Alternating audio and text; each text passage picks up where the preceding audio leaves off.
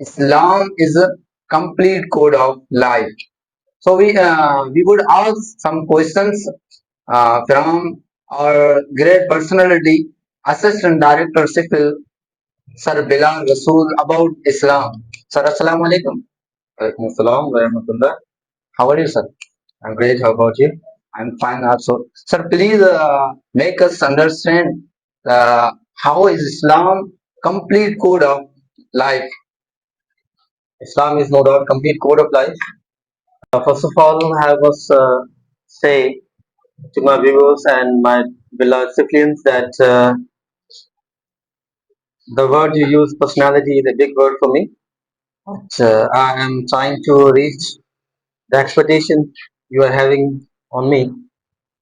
So, as you asked, how is Islam complete code of life?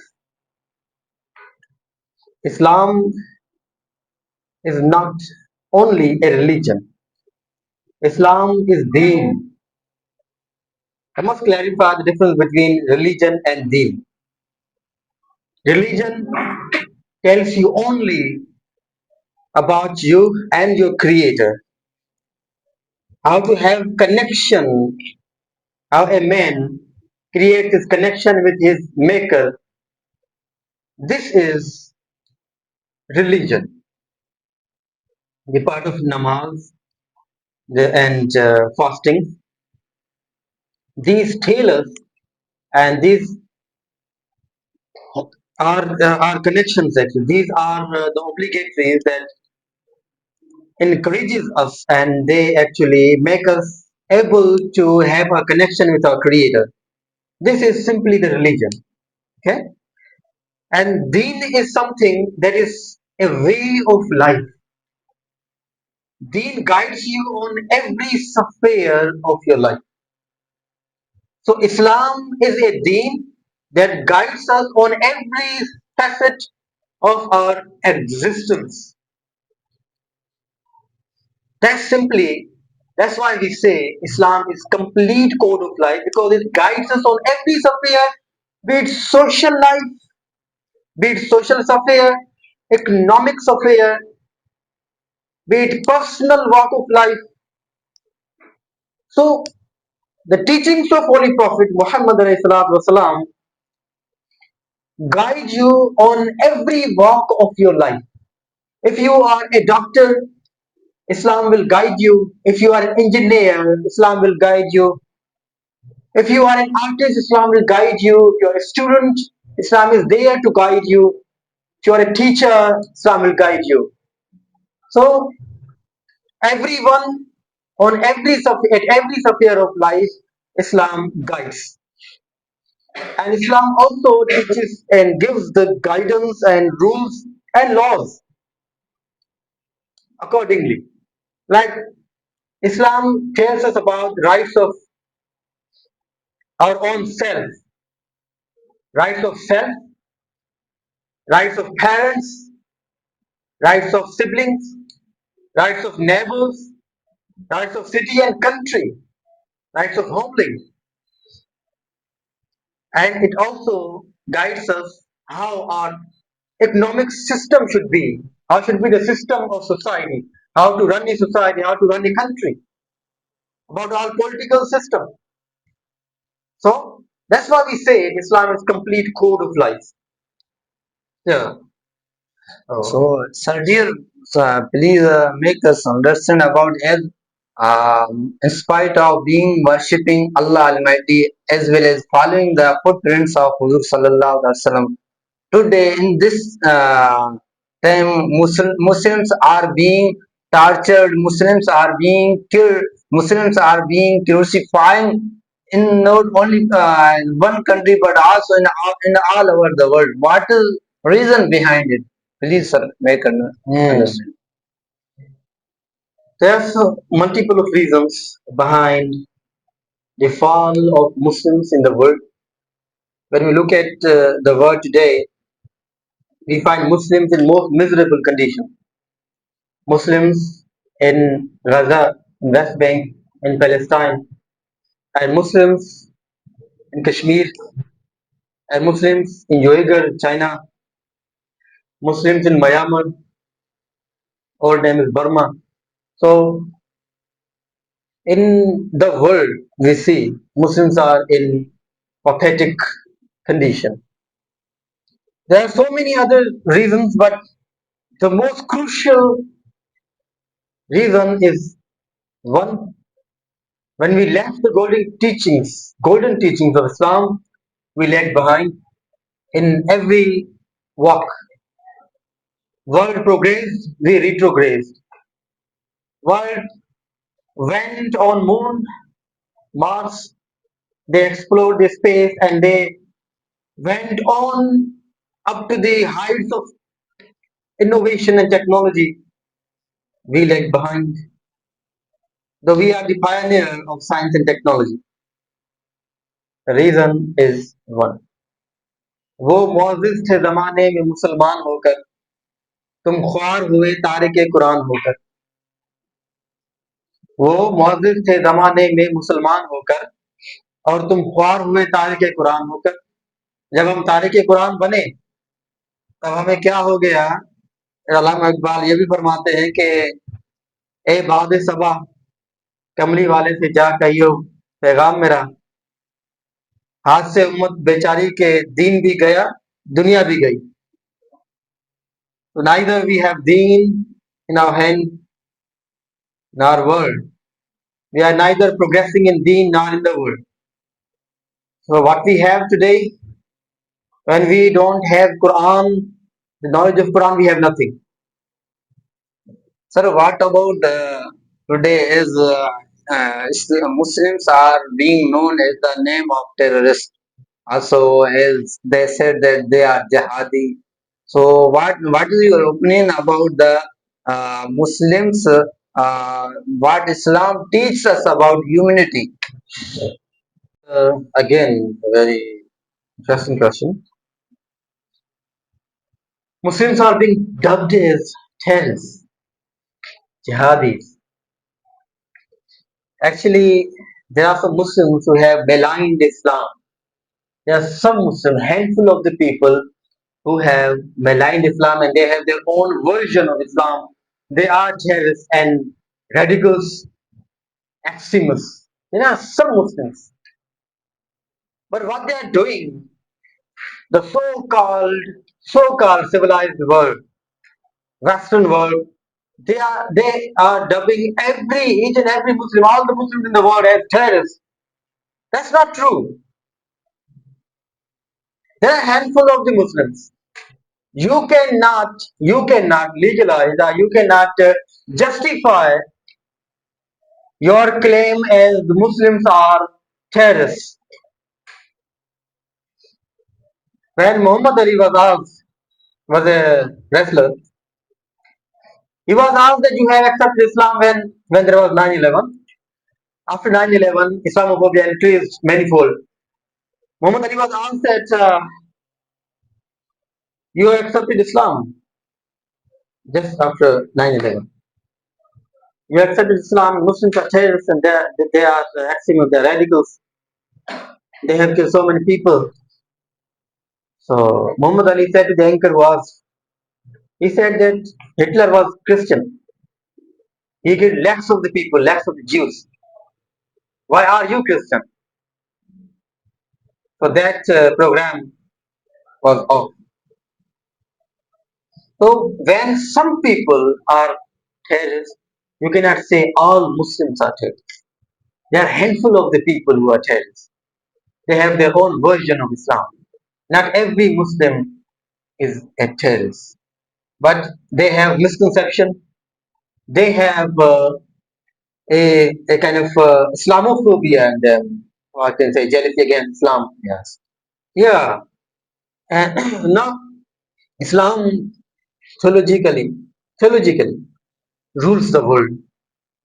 There's no knowledge, there's no book that is above Quran, and there are no teachings that are above in practicality and effectiveness that are above the teachings of Holy Prophet Muhammad alayhi salam. That's why they have a sort of jealousy against Islam, what we call it Islamophobia. They have animosity against Islam. they find these some people and they say that Islam is the religion of terrorism. No, when we meet one another, we say Assalamu alaikum, peace be on you. The most frequent word, the most frequent words in Muslim society are used Assalamu alaikum, peace be on you. How can you say we are terrorists? We say Assalamu alaikum.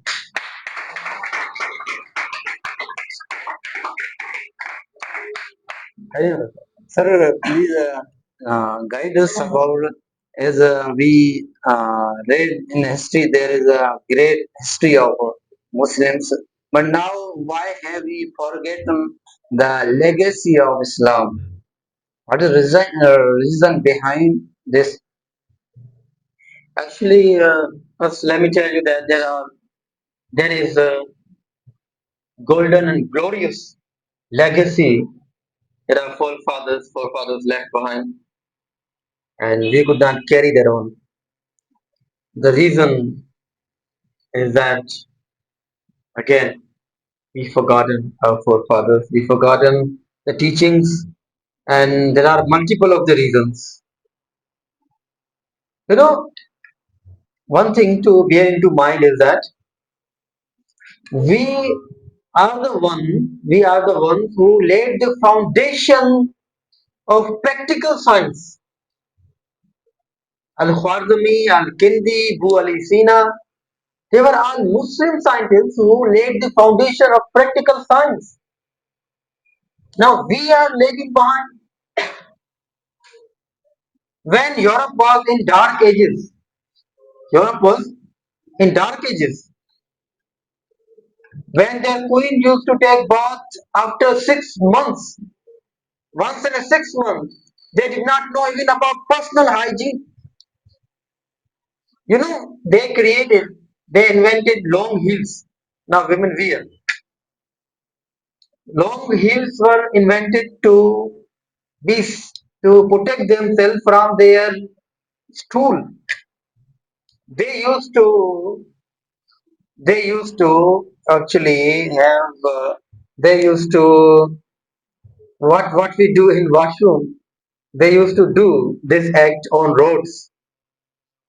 They had not the sense. They were in dark ages. And that time, every Muslim home there in what we say Hispania, Spain. In Spain, there was library in every Muslim home when the Europe was in dark ages. The students all over the world used to come to Spain, where Muslims were ruling over. They used to get studies from the universities of Cordoba, universities of Spain. Now, how we left behind? How? This is a question that intrigues our minds. Again, the answer is same. When we left contemplating over the verses of Quran, we lag behind. And when we indulge in worldly pleasures, mundane pleasures, we lag behind. When we forgot what our forefathers left behind, we lag behind. When we wanted to become like those who are enjoying the pleasures, the pagans, we lag behind. We had to follow Prophet Muhammad alayhi salatu wasalam, but we started following infidels. We lag behind. We indulged in this worldly love of women. What our rulers did. Who was Shah Jahan, a Muslim ruler? He built Taj Mahal for his lady, for his wife. But he did not build a splendid university for Muslims to study. No. So we indulge in such kind of acts as we forgot we now are disgraced in the world.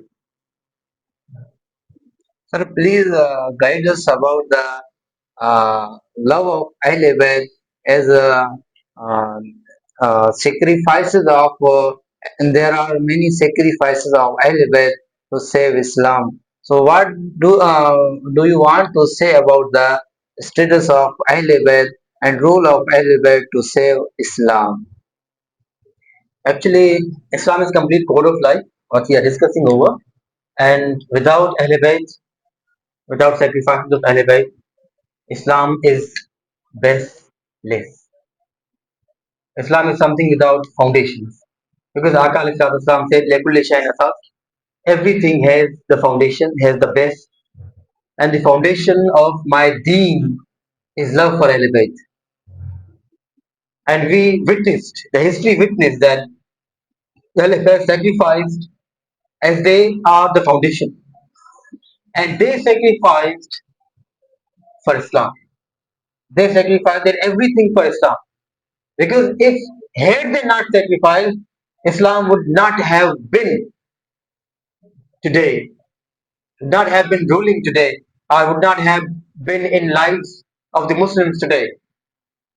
It is no one but Ahlul Bayt, none other than Ahlul Bayt, who saved Islam, they sacrificed, and today their love is the foundation.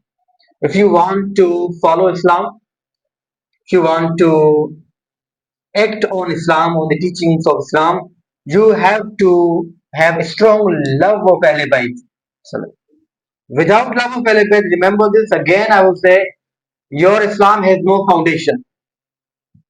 So when you have no foundation, how are you going to follow Islam?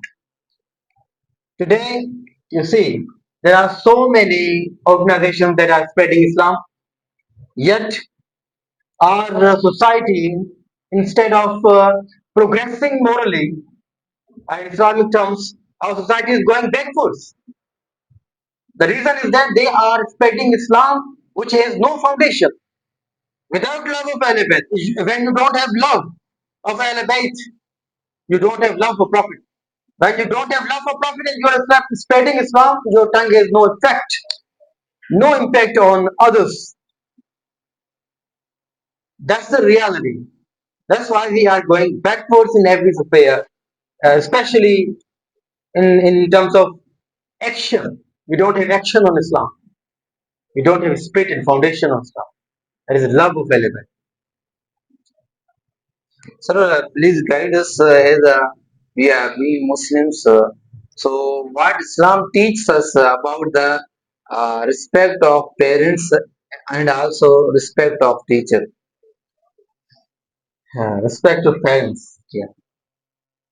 Quran says, "Do not associate anyone with Allah and be kind to your parents." After talking about the monotheism of Allah Almighty, Allah Almighty saying about the respect of parents and speak soft words to your parents. Now here you can allude, here you can infer how deep and how significant is the respect of parents.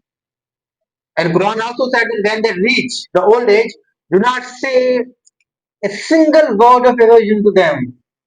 Do not say oof to them when they reach the old age. And respect the womb who born you, who gave you birth. Respect the womb, respect your mothers who gave you birth. There was a Sahabi who took his mother on his shoulders and he circumambulated Holy Kaaba. He then went to Akal Islam and said, "O the Prophet, Saad Islam John, Saad Islam John, you, did I fulfill the right of my mother? I did the same. I made my mother circumambulate Holy Kaaba on my shoulder. Islam said that you did not even fulfill of the right of one pain that your mother suffered when you were in the womb of your mother.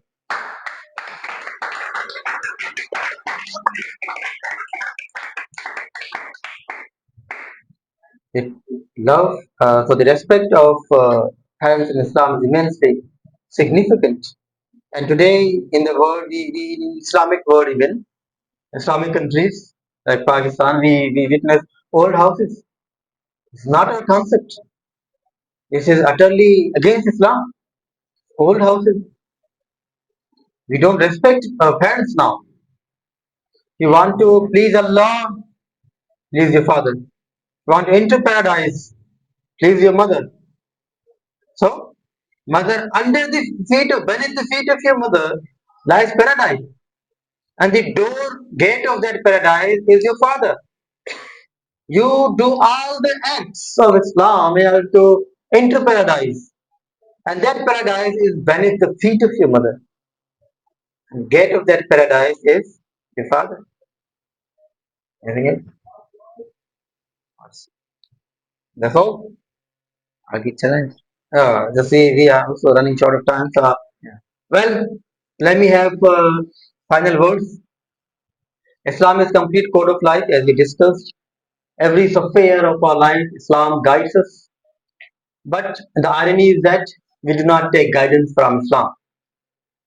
Our lives are in disarray. We are totally off the road. We are lost. And where are we lost? We don't know. Where is a straight path? Where is Sirat al-Mustaqim? We don't know. Islam is a religion of action. It's not the religion of only debates and only speeches. So start acting on Islam. Start have action on Islam. Start with one action, with one simple act. When you start with one simple act, be persistent on one single act, you will start acting on other teachings of Prophet Salat and Salam be on him automatically.